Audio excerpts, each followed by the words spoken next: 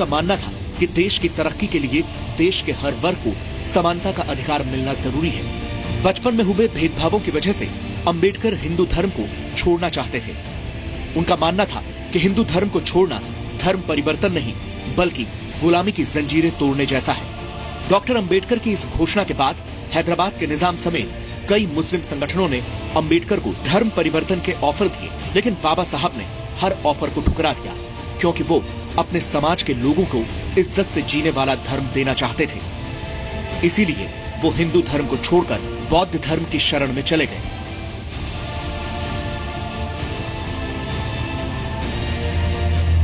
पंद्रह अगस्त 1947 को आजादी का जश्न डॉक्टर बाबा साहब अंबेडकर के लिए एक बड़ी जिम्मेदारी लेकर आया। देश की नई सरकार को देश का संविधान बनाने के लिए एक काबिल व्यक्ति की तलाश थी, जिसे कानून की जानकारी के अलावा देश और दुनिया की समझ और समाज की जरूरतों के बारे में पूरी जानकारी हो। और ये तलाश डॉक्टर अंबेडकर पर खत्म हुई। डॉक्टर भीमराव अंबेडकर को देश का पहला कानून मंत्री बनाया गया, जिन्होंने अपनी बिगड़ती सेहत के बावजूद महज 2 साल के अंदर देश को एक मजबूत संविधान दिया। अंबेडकर ने 1951 में हिंदू कोड बिल तैयार कर संसद में पेश किया, जिसमें महिलाओं को समान अधिकार की बात कही गई। हिंदू कोड बिल के तहत पिता की संपत्ति में बेटी को समान अधिकार,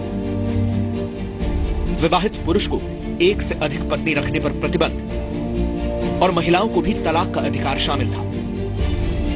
लेकिन रूढ़िवादी हिंदू ताकतों और सरकार के अंदर ही बिल का विरोध करने वालों के सामने हिंदू कोड बिल लागू नहीं हो सका और सरकार में अपना प्रभाव घटने से निराश होकर डॉक्टर अंबेडकर ने 1951 में मंत्री पद से इस्तीफा दे दिया।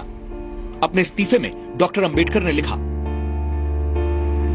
आज हिंदू कोड बिल की हत्या कर दी गई, ऐसे में मेरा मंत्री बने रहने का अर्थ समझ में नहीं आता। बिल में शादी और तलाक संबंधी विधेयक पर 2 दिन की चर्चा चली, फिर प्रधानमंत्री जवाहरलाल नेहरू ने पूरे हिंदू कोड बिल को वापस लेने की घोषणा कर दी। मैं हैरान रह गया। मैं ये मानने को तैयार नहीं हूं कि तलाक और विवाह संबंधी बिल को समय की कमी के चलते पास नहीं करवाया जा सकता है। मुझे प्रधानमंत्री की नीयत पर शक नहीं है, लेकिन हिंदू कोड बिल पास कराने के लिए जिस संकल्प और ईमानदारी की जरूरत थी वो उनमें नहीं दिखी। अपने इस्तीफे के बाद डॉक्टर भीमराव अंबेडकर ने खुद को राजनीतिक जिम्मेदारी से भले ही अलग कर लिया था, लेकिन सामाजिक जिम्मेदारी अपने अंतिम समय तक निभाते रहे। डॉक्टर भीमराव अंबेडकर को आज तक सिर्फ दलितों के मसीहा और संविधान निर्माता के तौर पर पेश किया गया है, लेकिन उनकी भूमिका एक राष्ट्र नेता की रही, जो चाहते थे कि देश का हर वर्ग आजादी की खुली हवा में सम्मान की सांसें ले सके।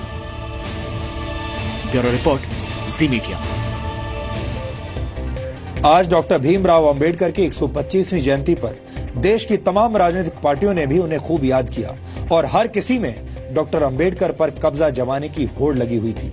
सवाल यह है कि अचानक डॉक्टर अंबेडकर इस देश की राजनीतिक पार्टियों को इतने क्यों याद आने लगे, जिन अंबेडकर पर सिर्फ 26 वर्ष पहले ही देश में सार्वजनिक अवकाश घोषित किया गया हो, वो अंबेडकर आज कांग्रेस सहित सभी पार्टियों के प्रिय कैसे हो गए। दरअसल ये नए दौर की सियासत है और इस सियासत में डॉक्टर अंबेडकर को मानने वाले लोग तमाम राजनीतिक पार्टियों को वोट बैंक जैसे नजर आने लगे हैं और सब अंबेडकर का नाम लेकर एक दूसरे पर निशाना लगा रहे हैं।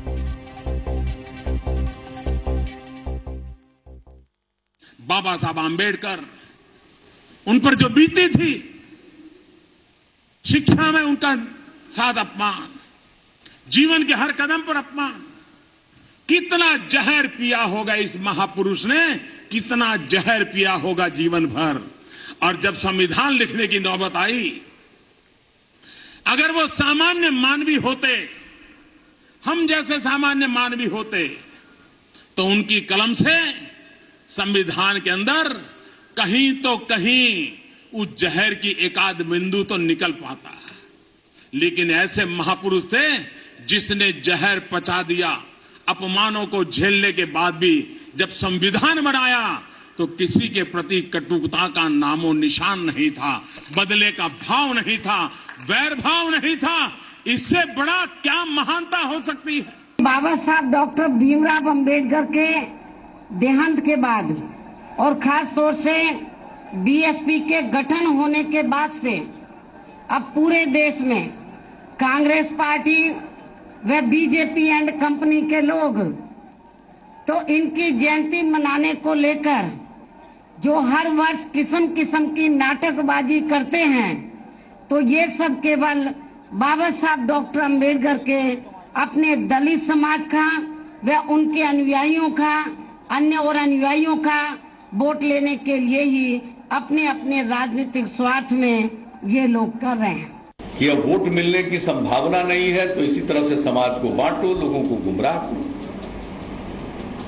इसलिए बोलने के लिए लोग बोलते रहेंगे, अंबेडकर साहब का नाम भी लेते रहेंगे, संविधान की दुआई भी देते रहेंगे और आचरण पूरा का पूरा होगा संविधान के खिलाफ। आज तक भीमराव अंबेडकर को सिर्फ दलित अधिकारों के लिए संघर्ष करने वाले नेता और संविधान निर्माता के तौर पर ही पेश किया गया, लेकिन आज हमने आपको दिखा दिया कि कैसे डॉक्टर अंबेडकर की छवि के साथ एक सोची समझी साजिश रची गई और उनके योगदानों का श्रेय किसी और ने ले लिया। हमें लगता है कि डॉक्टर अंबेडकर को सिर्फ जातियों की सीमाओं में बांधना और उन्हें दलितों के मसीहा के तौर पर पेश करना ठीक नहीं है। हमें उम्मीद है कि डॉक्टर अंबेडकर के विचारों को डिकोड करने वाली हमारी ये सीरीज आपको पसंद आ रही होगी।